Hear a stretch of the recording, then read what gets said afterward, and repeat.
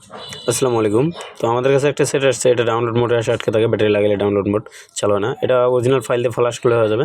তো আমরা প্রথমে এটাকে ফাইল সিলেক্ট করে ফ্লাশ করব। ফ্লাশ করার পরে দেখুন সেটা চালু হচ্ছে।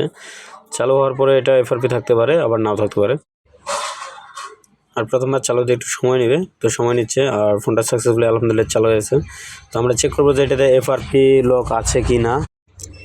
তো এই জন্য আমরা নেক্সট করব। আর যে এফআরপি আছে, তো আমরা প্রথমে যেটা করতে হবে, ডায়াল করতে হবে *0*#। তাহলে এটা এটিপি টেস্ট মোডে চলে যাবে।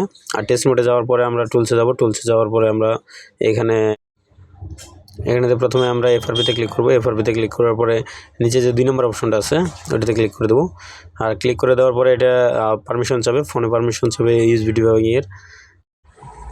কম্পিউটারে এই জায়গায় আপনার অলরেডি ওপেন দেওয়া লাগবে। দেওয়ার পরে আপনার ফোনে পারমিশন যাবে ইউএসবি ডিবাগিংয়ের।